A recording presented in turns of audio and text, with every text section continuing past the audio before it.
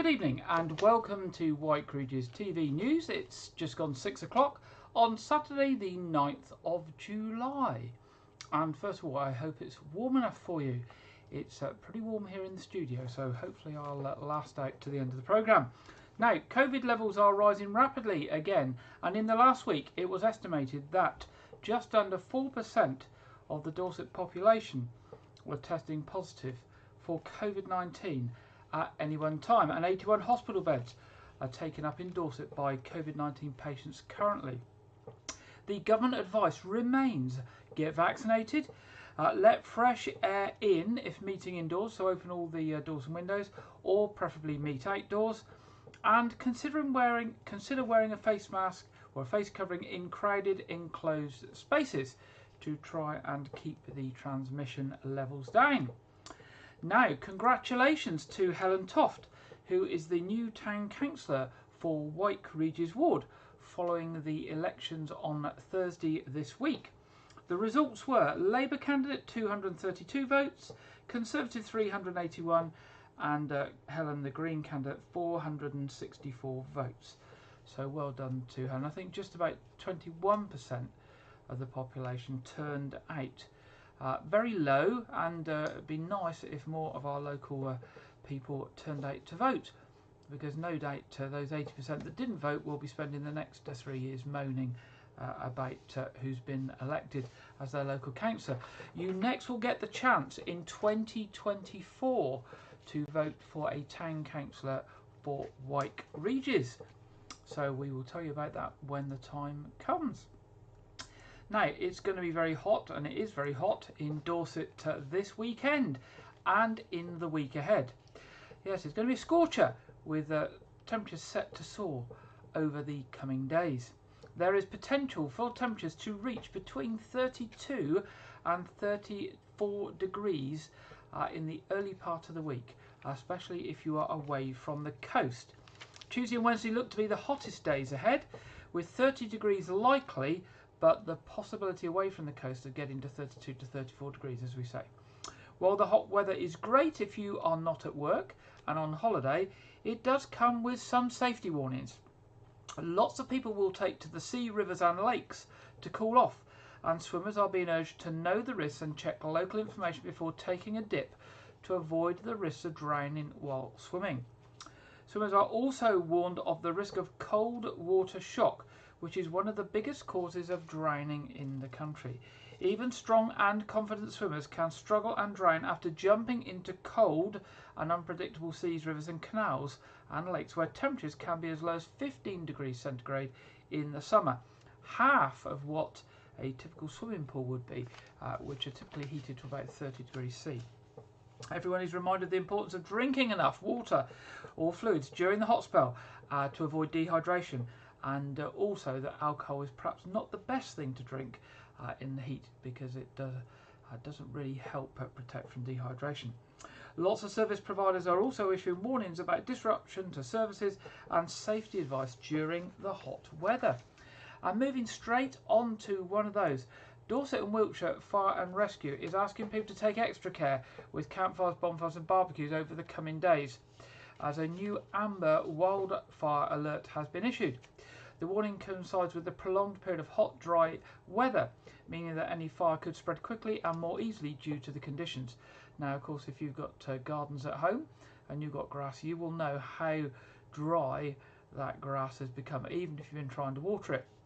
There have been a number of large heath fires across the service area in recent years, causing devastation to heath, woodlands and wildlife, and many of them could have been avoided with more care. In fact, only last night there was a fire in Wyke Regis on the Rodwell Trail down near the Welworthy Social Club, where the gorse caught fire there, and fire services attended in the early hours of the morning. Group manager Brad Stevens from Dorset Wiltshire Fire and Rescue said, while the sunshine is very welcome after the recent rains, it does mean an increased risk of wildfires starting. If you're visiting our heathlands, woodlands or countryside, please avoid having campfire and bring a picnic, not a barbecue. Just a few simple steps can make a real difference. He said, we'd also like to remind people to take care if having a barbecue or bonfire at home. All too often we see property destroyed when an initially small fire suddenly gets out of control. Never leave a bonfire or barbecue unattended, and site them well away from fences, trees or buildings. Good advice there from Dorset and Wiltshire Fire and Rescue. If you want more advice on staying safe in the hot weather and safety outdoors, pop along to www.dwfire.org.uk/safety-outdoors. Dorset residents are being warned yet again to watch out for phone scammers who are trying to get access to their bank accounts. The latest scam involves a caller pretending to be a policeman from another area, claiming they have someone in custody who has cloned the recipient's bank card and they need to check certain details. The bogus officer then says they're going to put the recipient through to their bank over a secure phone line so the bank can follow up on any unauthorised transactions. The bogus bank operative then attempts to get more details from the caller about their bank card or account. So you're all reminded that the police will never ask for anyone's bank card details, PIN numbers or passwords, and you should never give any of this information to anyone who calls you over the telephone. Now, if you're interested in the International Space Station, you can find out more at a talk on Tuesday this week at 2:30 p.m. at St Aldham's Church in Weymouth.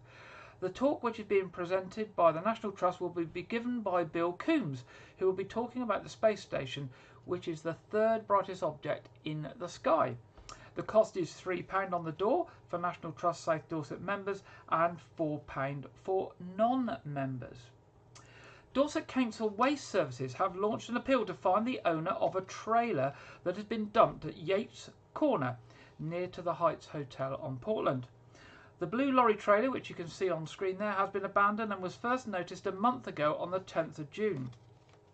The council said it is in such a poor condition that it will probably have to be dismantled as it can't be safely towed away. The council's waste enforcement team is keen to track down and speak to the truck's owner. If you have any information at all, you can get in touch with enforcement officers at Dorset Waste Services at dwpenforcement@dorsetcouncil.gov.uk. That's dwpenforcement@dorsetcouncil.gov.uk. Train operator GWR is warning customers to be prepared for the hot weather if travelling this weekend, with services expected to be very busy and journeys possibly taking longer. GWR is reminding customers to bring water, to cover up and bring their sunscreen, and with the possibility of heat, speed restrictions will be in place on parts of the network, so journeys may take longer. As more people are likely to want to take advantage of the hot weather, trains are also going to be much busier. GWR Customer Services and Operations Director Richard Rowland said, "We want people to enjoy the hot weather. However, when temperatures could reach 30 degrees outside, this can mean more than 50 degrees for the track and speed restrictions being imposed. Passengers should take some sensible precautions, be prepared for journeys taking longer, and it is likely our trains will be in a more demand, so allow plenty of time for your journey and check before setting out." Now, Dorset police officers investigating a road traffic collision on Portland are appealing for witnesses or anyone with dashcam footage to come forward. Dorset police received a report at 3:43 a.m. on Wednesday the 6th of July of a single vehicle collision involving a silver Ford Fiesta at the Osprey Quay roundabout on Portland Beach Road. There were no reports of injuries, but damage was caused to the fencing and bollards in the area. The vehicle was recovered and the road was reopened around 6 a.m. So if you know anything about that, we'll give you the numbers in a minute. Staying with Dorset Police, officers investigating a burglary at a building site in Dorchester are appealing for anyone with information to come forward, and there are some images of stolen items up on the screen now. The incident in which a large amount of groundwork supplies were stolen was in Chapel Place in Poundbury, and it happened between 5 p.m. on Friday the 17th of June and 7 a.m. on Saturday the 18th of June. Police Constable Jonathan Hine of Dorset Police said the supplies stolen from the site are of high value. We have made a number of inquiries since the incident was reported, but have so far been unable to establish who was responsible. By releasing the images of some of the items taken, I'm hoping that somebody may be able to give us vital information, as they might have seen the material offered for sale in unusual circumstances. Now, if you've got information on that or the single vehicle collision, you can contact Dorset Police as usual on 101 or anonymously via Crime Stoppers on 0800 555 111. Now, Smarties Preschool in Weymouth, which has been operating for over 30 years, will be closing on the 22nd of July. Smarties is based on Dorchester Road and runs from the Broadway Methodist Church Hall, but due to the COVID-19 pandemic, the church is closed and therefore the preschool is unable to renew its lease to use the church hall. The current owner, Angela Morris, took over what was originally Broadway Preschool and renamed it to Smarties and has run it ever since. She said, "We have looked into relocating, but starting again would be a risk and a lot of work, especially if we could not stay in the same area. I'm very sad about what is happening, but feel that it is my opportunity to step down from childcare." Reach Drug and Alcohol Services is to run an event in Weymouth to help people struggling with drugs and alcohol. Reach offers support to adults over 18 who want to address their drug and alcohol use. The Drug and Alcohol Service event will be at 24 High West Street in Weymouth on Wednesday, July the 27th from 10 a.m. until 4 p.m. Reach has 3 hubs across Dorset located in Gillingham, Weymouth and Wimborne. People can attend the event and be offered advice and information on drug and alcohol users or anyone concerned about someone's use, such as friends, family and employers. Other services include harm reduction interventions and needle exchange, group work programs, one-to-one key working, whole family support and interventions, aftercare and post-treatment programs and activities, and accredited mentoring courses. Now, on Thursday this week just gone, it was National Manufacturing Day. I bet you didn't know that. I only learnt about it yesterday, just after the event. Manufacturers across the UK opened their doors for the first National Manufacturing Day to give local communities the chance for a behind-the-scenes look at the sector, helping to recruit local talent and attract the future skills to a vibrant sector. In Dorset, members of the public and press had the chance to visit and speak to senior executives at Unix, Lush and the RNLI and see firsthand the production processes and employment opportunities for all age groups. Unix Traffic also hosted local schools for a treasure hunt around the factory in a day packed with STEM activities. Lush put on tours of their facilities throughout the day and gave visitors the chance to see the skilled handmade process for their products, with everyone having the opportunity to make their very own bath bomb. And the RNLI showed how they manufacture the latest generation of lifeboats, with tours of their lifeboat production facility and the chance to look on board a lifeboat. Stephen Phipson, who's CEO of Make UK, said National Manufacturing Day is the opportunity for local communities to really see what happens in their local factories as companies open up for the day. There are lots of job opportunities and openings across the sector, so we hope people will take opportunity to have a look and see what modern manufacturing is really like.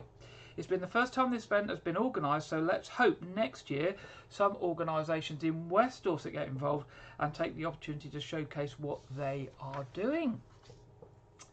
Now, South West Councils have announced the winners of their Challenge Cup, and it's our very own Weymouth Town Council. Well done to them.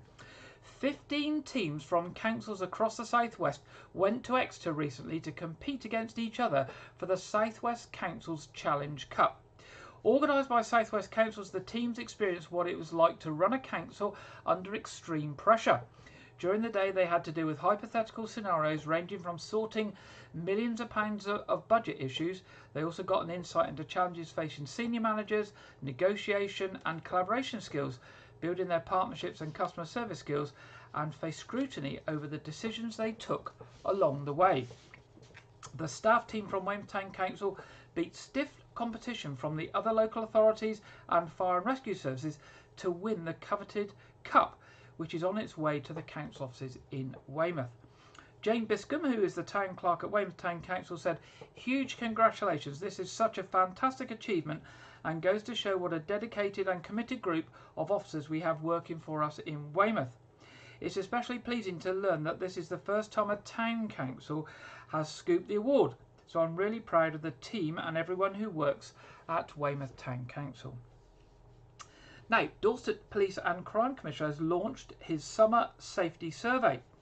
Following his election in May 2021, the Police and Crime Commissioner for Dorset, David Siddick, had immediately set about creating his police and crime plan, which was driven by the clear and consistent feedback he had received from people representing the many diverse communities of Dorset. The PCC gained a clear picture of what mattered to local communities, which enabled him to bring his vision into focus and work with his teams to develop the plan, clearly stating his priorities to make Dorset the safest county. And now, having been Police and Crime Commissioner for just over a year, he is keen to learn more about the people of Dorset's perception of policing in their community.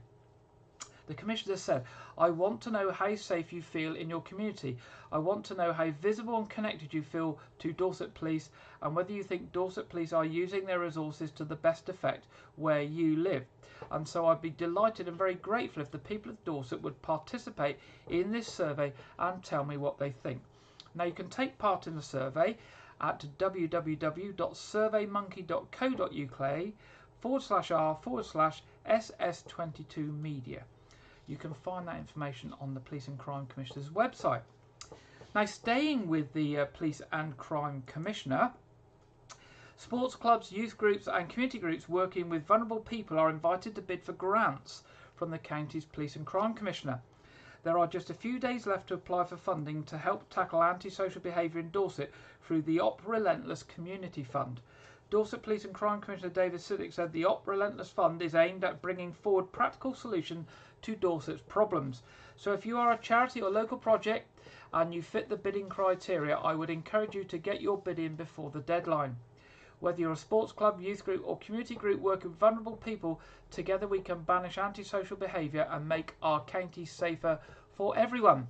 Grants are being made available to organisations for projects and initiatives that reduce antisocial behaviour and or increase public feeling of safety in areas of disproportionately affected by antisocial behaviour. Applications from between £100 and £5,000 are welcome, but the projects must address antisocial behaviour and have a local focus. Now, the closing date is the 11th of July, so it's fast approaching, a few days off. If you want to apply, go to the Dorset PCC website, and you can do that by just typing in Dorset PCC on Google. When you get to the website, look for the Partnerships tab, click on that, and then look for Op Relentless Community Fund. Now, there's going to be some free summer fun organised by Dorset Council for people aged 16 to 25 with special educational needs. Fun days, workshops, sports and youth club hangouts are among the free activities being offered. Councillor Andrew Parry from Dorset Council said, "Thanks to government COVID fund money, we are thrilled that our young people have the opportunity to enjoy exciting free activities and learn new skills this summer. We're also grateful to the local organisations who are opening their hearts and doors to make this happen. All of the activities are free of charge and they need to be directly booked with the providers of your choice below." Now, there's lots and lots of information. I'm just going to tell you what the options are, and then what we're going to do is we're going to post all this information on our Facebook group at Wyke Regis TV, so that you'll have all the contact details if you want to make contact. Some of the activities are sailing off the coast of Portland, outdoor adventures and fun at Kerry Camp, learn new skills in farming and carpentry, explore art activities in a safe and creative environment in Weymouth, exciting activities in Wimborne, including using inflatables, obstacle courses, human hungry hippos, whatever that is, giant slides, football, etc., and some activity days in Swanage as well. We will put all of those details up this evening on the Wyke Regis TV Facebook page, so that you can have a look at that, and you will have all the contact details as well. And finally, this evening in the headlines, young people in Dorset have the chance to design some new artwork to help keep pedestrians safer on the county's roads. The competition, which is being run by Dorset and Wiltshire Fire and Rescue Service on behalf of the Dorset Road Safe Partnership, is open until the 31st of July. Entries can be posters, social media images or animations, and can be hand-drawn or made using digital graphics. The finalist designs will be shared on social media by @DWFRS Road Safety throughout August. and 2 winners will be selected in September. Thanks to the competition sponsors, there are prizes on offer for each age group. The winner in the 9 to 12 years category will receive a Monkey World adoption pack, which includes a 12-month membership, free entry to the attraction, and there's a £50 Amazon voucher for the winner of the 13 to 16 years category, donated by Merck in Gillingham. Christine Sharma, Road Safety Manager at DWFRS, Dorset Wiltshire Fire and Rescue Service, said, last year over 100 young people aged between 11 and 19 were seriously injured as pedestrians on Dorset's roads. The 2 main reasons for these incidents were pedestrians failing to look properly before crossing the road and drivers not seeing pedestrians. This competition with the message "See you on the road" is a chance for young people to design artwork that will appeal to other young people, but also shares the importance of looking out for other road users and not being distracted. We're grateful to our sponsors for donating our prizes, and we're looking forward to sharing some exciting designs on our social media during August. Now, full details of the competition, including how to enter, can be found at www.dwfire.org.uk/Dorset-road-safety-competition. And again, we'll post that on our Facebook page later this evening. Now, that's the end of our headlines tonight. Now, on to a couple of stories for you this week. This week on Monday saw the Queen's Baton Relay for the 2022 Commonwealth Games being held in Birmingham come to Portland. The Queen's Baton Relay is part of the activities ahead of the Commonwealth Games that are to be held in Birmingham from the 28th of July to the 8th of August. The baton carries a message from the Queen, and it started off touring 71 Commonwealth nations and territories back on the 7th of October 2021. The 72nd nation, which is England, is where it is now touring over the next 25 days, starting from the 4th of July, where it started down in Cornwall at the Eden Project and came along the coast before getting to Portland in the afternoon and then on to Bournemouth. At Portland, some of the people who carried the baton were local scout Adam Sevenoaks and also Michael Steer, Hannah Mills and Tom Squires. Now, luckily, my son Tom was involved as well, and he was part of a boat escort when Olympic windsurfer Tom Squires took the baton onto the water. We now see some film shot on Monday of the Queen's Baton Relay at Portland.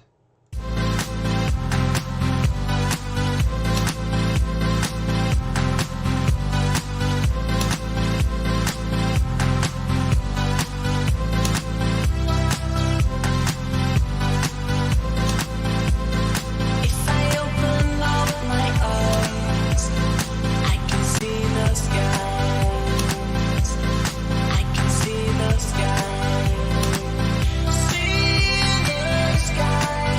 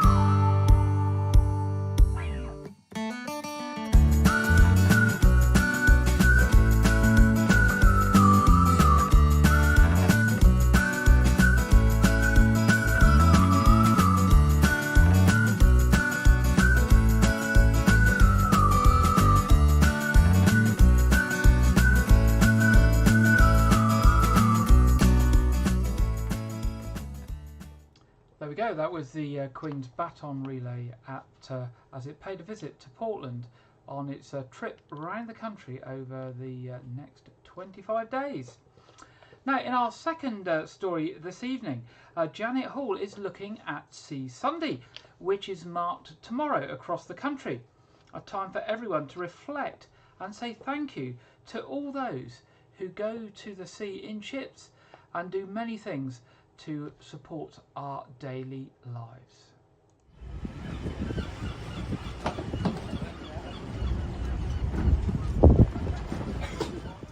Look around your home.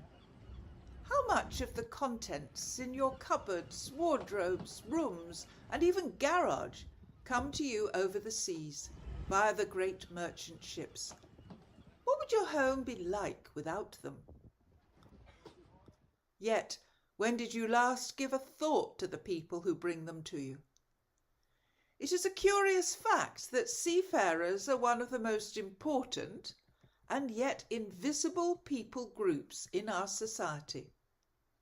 We all of us depend on them to fill our homes and businesses with an endless variety of goods, and yet we never see them, never speak to them, and rarely even remember their existence. It suddenly makes Sea Sunday seem good sense. An annual opportunity to give thanks for the seafarers of the world and to pray for their personal well-being. For going to sea is a lonely occupation. It separates people from their families for months on end.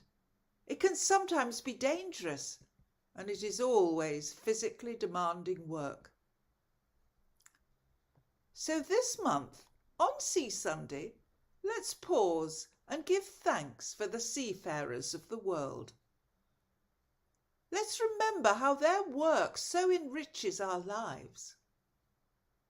Let's pray for them, for their families, and let's support the organisations that offer them care and support through their chaplaincy work. You might even come to All Saints' Church on Sunday, where we're having a very special service to say thank you to seafarers. As you see, we've been working hard decorating the church so that it looks suitably sea-like.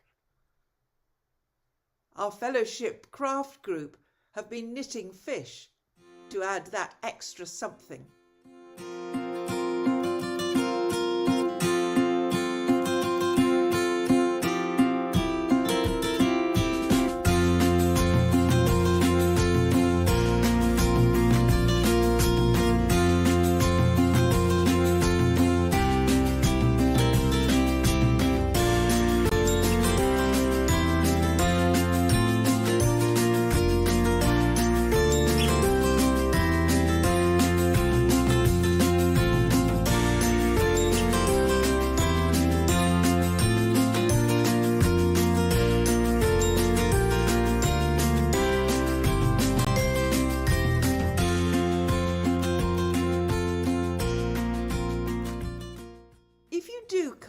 And if you do join in on Sea Sunday, you'll be with thousands of other Christians from London to Lagos, Manila to Melbourne, and Durban to Dunkirk, who each year remember the seafarers who make our prosperity possible.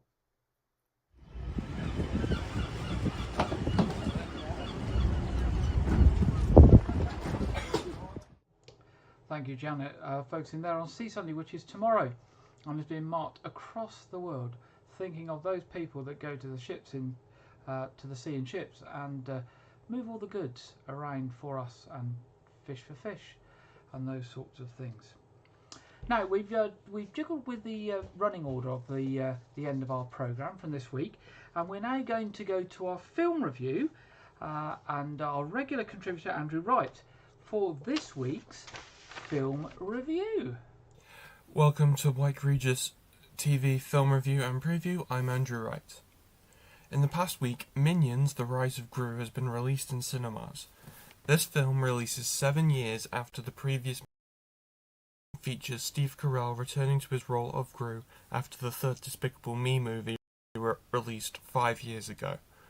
Minions: The Rise of Gru focuses on a young Gru trying to join a supervillain group who are his idols, only to become their target and enemy.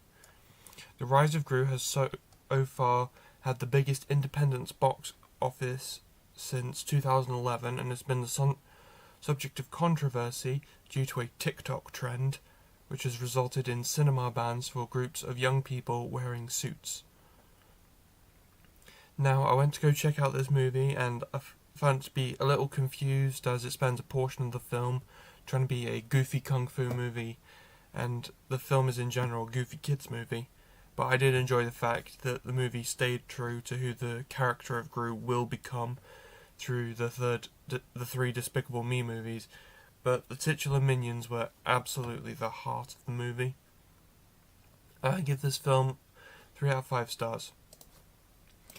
The trailer for the sequel movie Clerks 3 was released this week. This film is the second sequel to the 1994 cult film Clerks, and is once again written and directed by pop culture cult director Kevin Smith.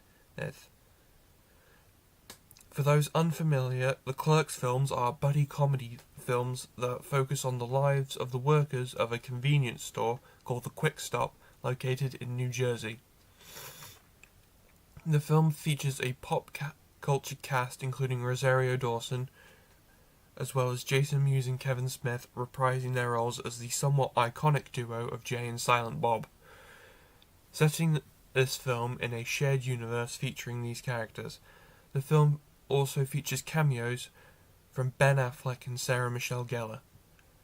Clerks 3's UK release date is unknown at this time, but it will be coming to US cinemas this September.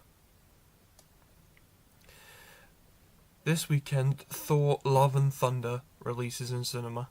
Thor: Love and Thunder is the 4th film in the Thor series, the first Marvel character to receive 4 solo films, and it is the 29th film in the Marvel Cinematic Universe overall.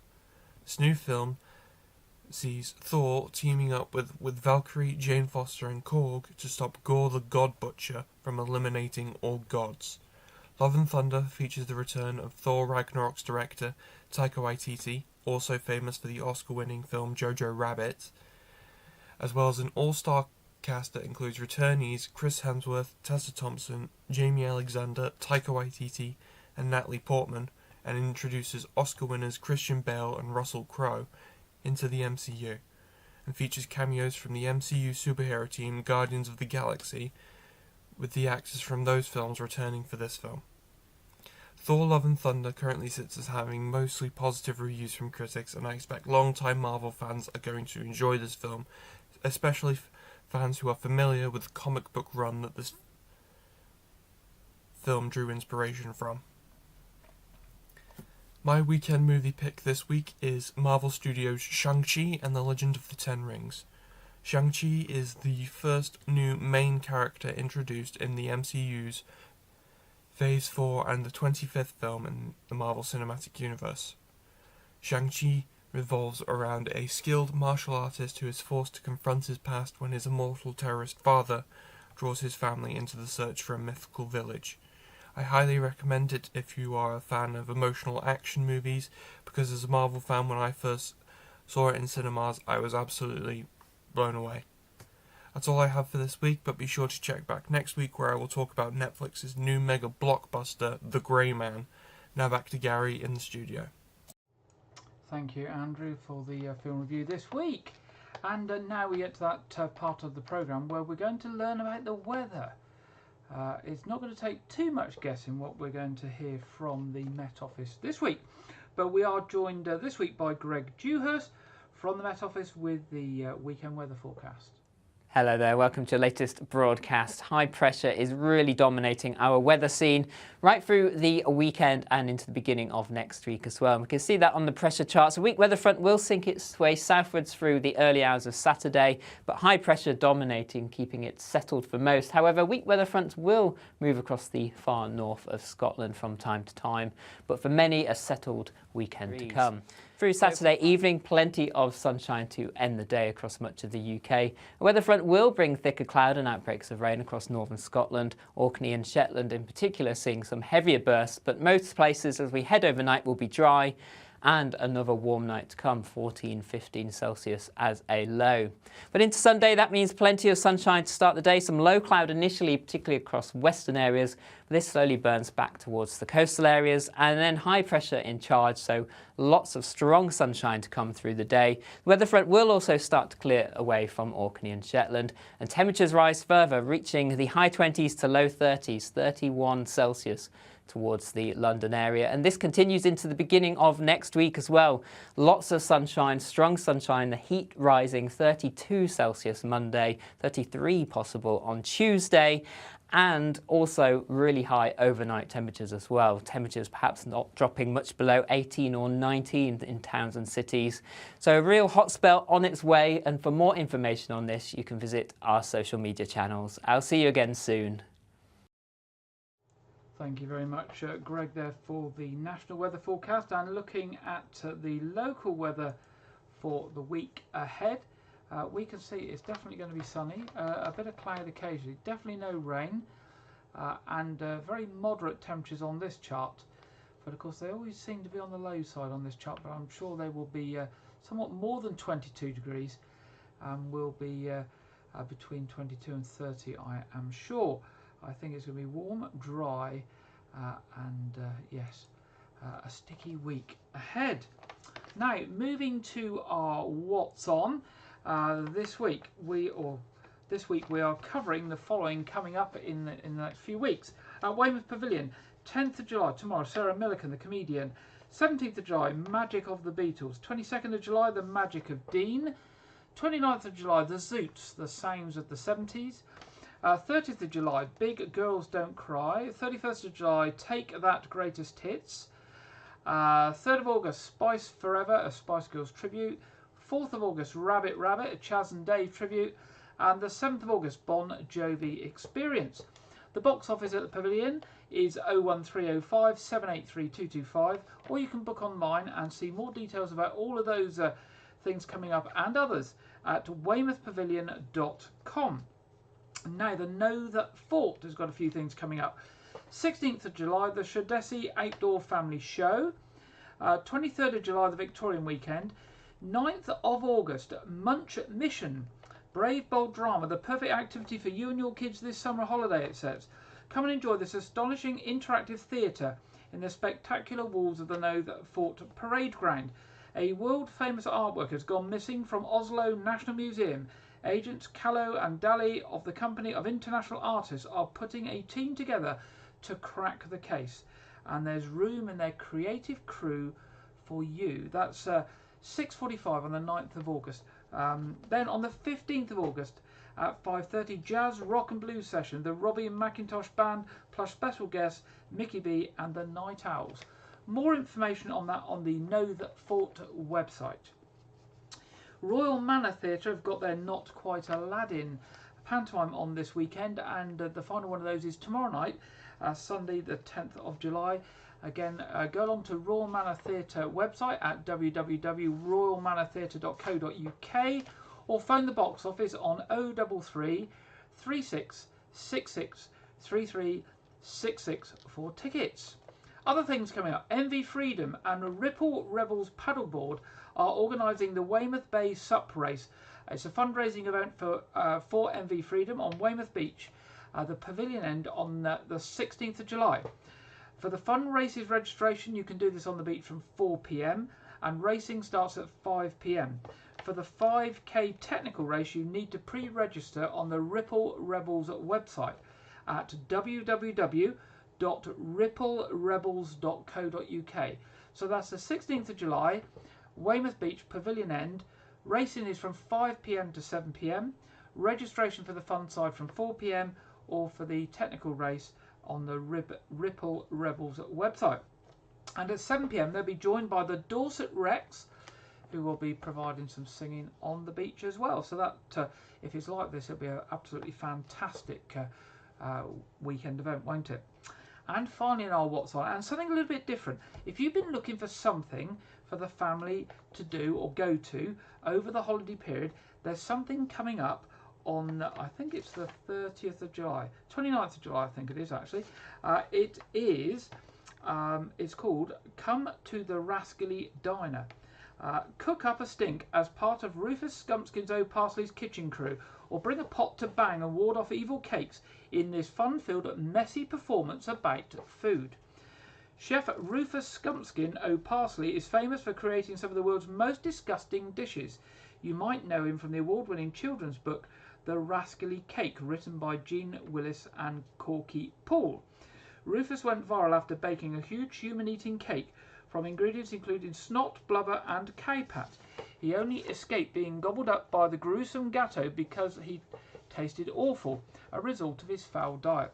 For 10 years now, Rufus has been on a mission to make everyone taste bad and protect them from the creatures he cooked up. Now you can join LAS Theatre, who are touring the country at Broadmain First School on the 29th of July, 11:30 a.m. for a show that gently explores food provenance, sustainability and healthy eating in a silly, song-filled, riotous, open-air performance. It's definitely something for all the family, particularly the children. The production is being supported by Arts Reach. Cost is £6 for adults and £5 for under 18s, and there's a family ticket available for £20. They can be booked on the Arts Reach website at www.artsreach.co.uk. Now, we've got a little trailer to whet your appetite so you can see what I've been on about and what you might see if you go along to this event. Here we go.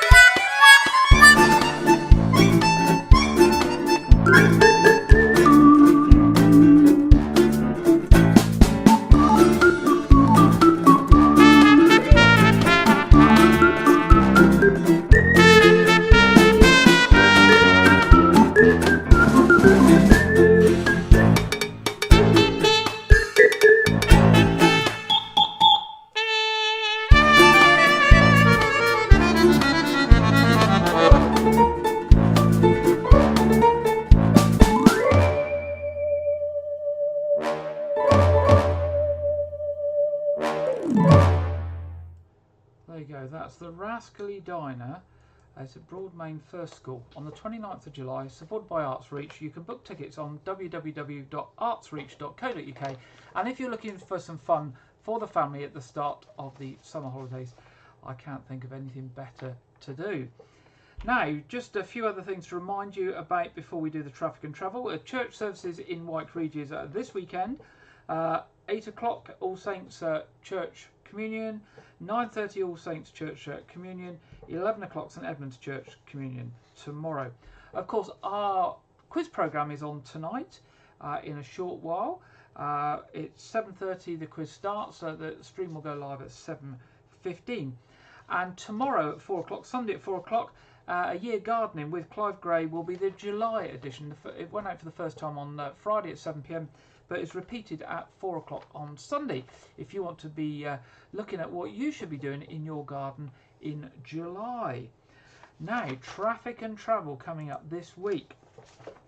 Roadworks this week in Goldcroft Road, Esplanade Row, South Hill Garden Drive, Nottington Lane, Preston Road, Bridlebank Way, Brambling Close, Kestrel View, Dorchester Road, Victoria Square, Western Road and Moorfield Road. So quite a bit going on there. Rail travel.